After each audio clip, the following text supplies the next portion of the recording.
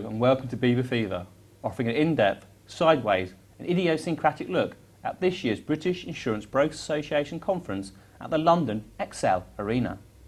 Now I'm pleased to say, joining me for this preview, I have two seasoned Biba veterans in Phil Bunker from Biba Fever sponsor LV and Emmanuel Kenning, the editor of Insurance Age. Welcome, chaps. Can I just ask, on a scale of 1 to 10, with 1 being Arctic cold and 10 being a raging hot Biba fever, how excited are you about this year's Biba Conference? Emmanuel? I'm always a 10 for a Biba Fever, Biba Conference. This time I'll probably have to knock a couple off though. The actual conference definitely a 10. The fact it's in London does, for me, take slightly the edge off, but definitely an 8. Looking forward to it greatly. And Phil? Well, there's a couple of days to go yet, so I'm probably just at an 8 at the moment, so building up to it. I love it in Manchester, but London is our home turf, so it means we can get a lot more of our people out there, so really looking forward to it. And Phil, you're looking forward to it. We're at the very top end, the hot end of the scale. I'm imagining all the other insurers are. Let's be honest, every insurer is going to have throwing everything at it on their stands to get the brokers there. What are you doing? What's going to make people come to LV's stand? I think probably the thing which maybe is different to us and some others, particularly this year, is that the same people that were on the stand last year will be on the stand this year. So we've got that continuity. I think Biba's really a networking event, and so we offer and get our people out there, and they love being here actually. In terms of the new things, we've had a little competition this year for some of our more junior staff to come and meet the brokers. So we've got 4 young ladies which have won the competition, and I've got their names: Samantha, Sally, Amy, Maria, and Francesco. Sam Fran, as we should be calling them, who are manning the bars and really keen to meet the brokers and actually get to feel that Biba fever themselves. So please, brokers, if you're listening, come over and see us and meet all of our people.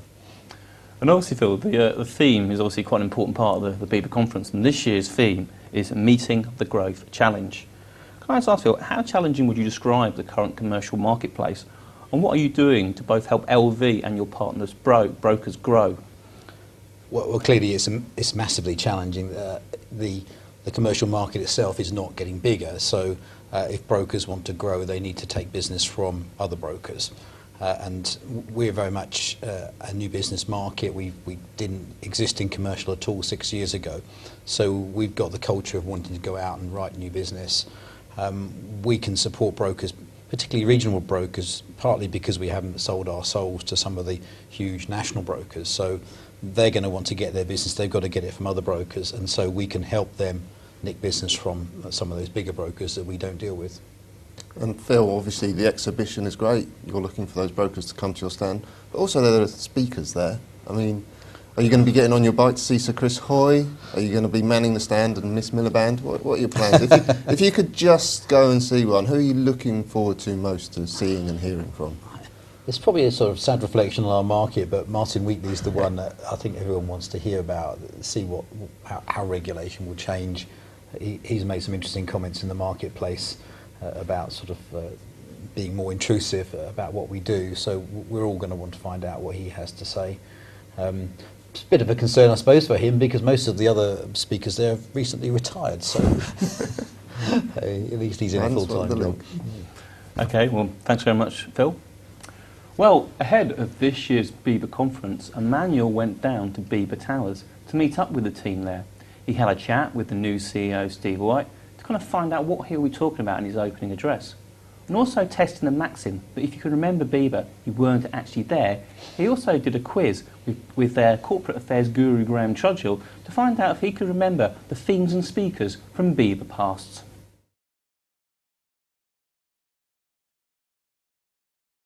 Well, from my speech, they're going to get an overview of our strategic review. First time in 35 years that the association has held itself up to the light and asked those really fundamental questions. Are we as good as we could be for the 21st century? They'll hear from me how I'm proposing to make Biba the best that it can be. They'll hear from Martin Wheatley on what the FCA's plans are for our sector, and the audience will have a chance to challenge him on that. Hilary Duvet, I'm sure, is going to be a very, very popular speaker. The Right Honourable David Miliband, will be extremely interesting, very, very topical, and Sir Chris Hoy is just going to pack the auditorium out.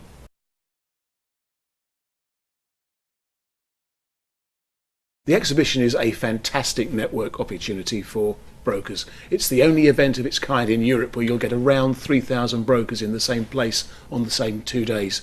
The exhibition hall is packed full of exhibitors, people who want their products and services displayed for brokers. The reason that they're there is because of the numbers of brokers that are there. So not just a networking opportunity, but a huge business opportunity, a chance to make new contacts and renew old contacts.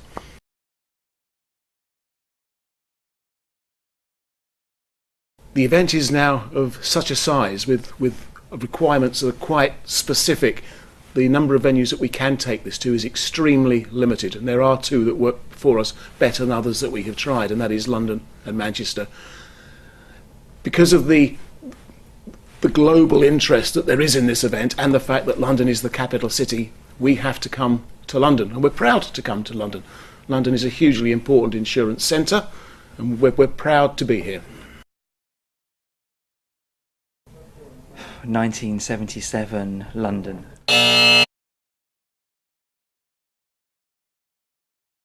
Before my time, in the 90s.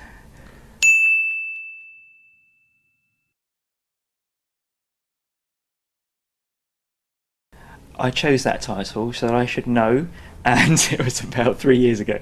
And where? Manchester. Scaling the Heights was a long time ago. That was about 2002 or 3, possibly Manchester. Fixing Tomorrow is, well, that's a recent one, probably 2 years ago. So probably Manchester again.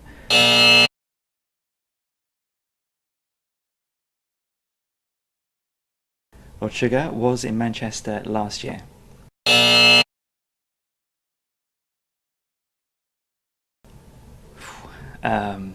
Gosh, I don't think I was at that session. That's a toughie. 4 years ago. And There we were in Manchester 4 years ago.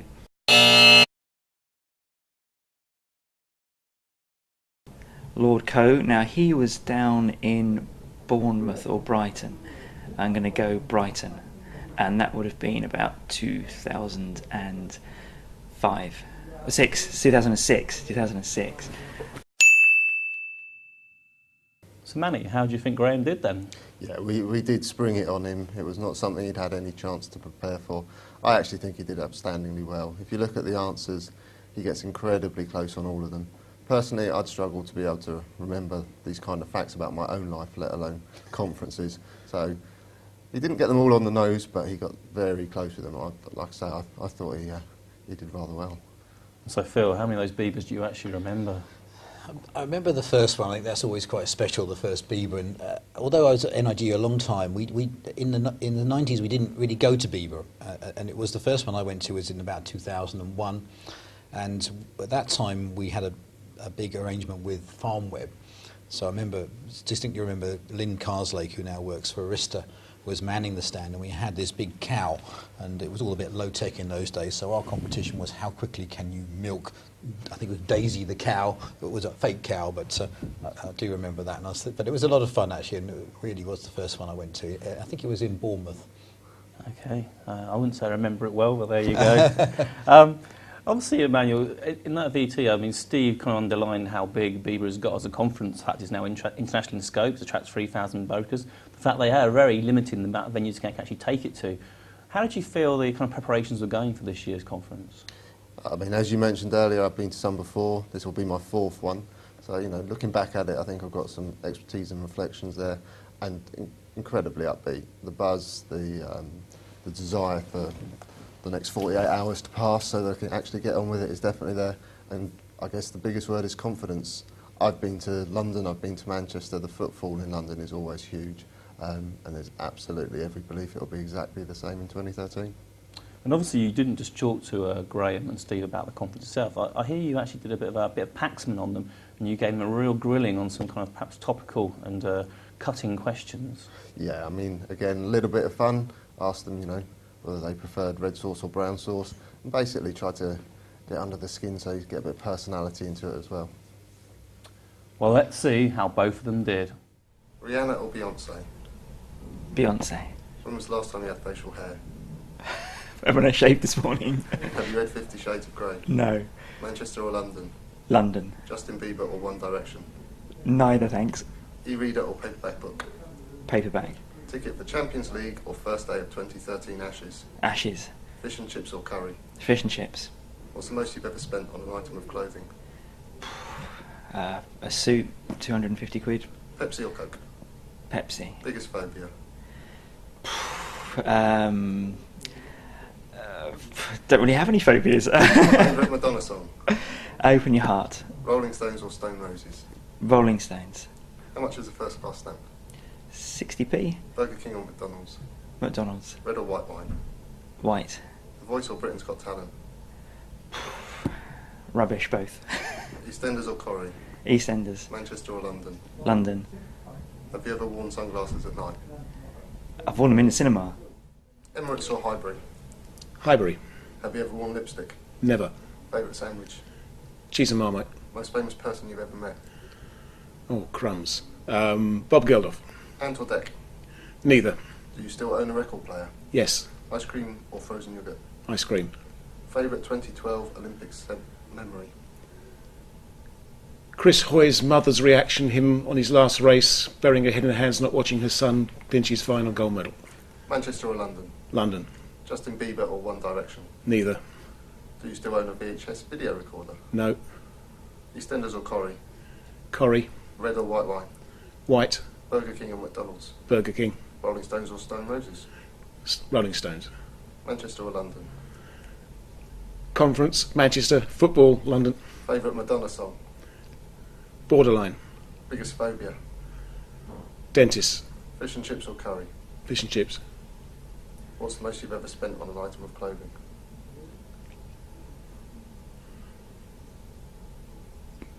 £250. So, Phil, are you a One Direction or a Bieber fan? Well, it's not my specialist topic, I must say, but you're talking about Justin Bieber? Yep, Yeah, Justin I have Bieber. heard he's a bit of an arse, so I would have to go One Direction. One Direction, there you go.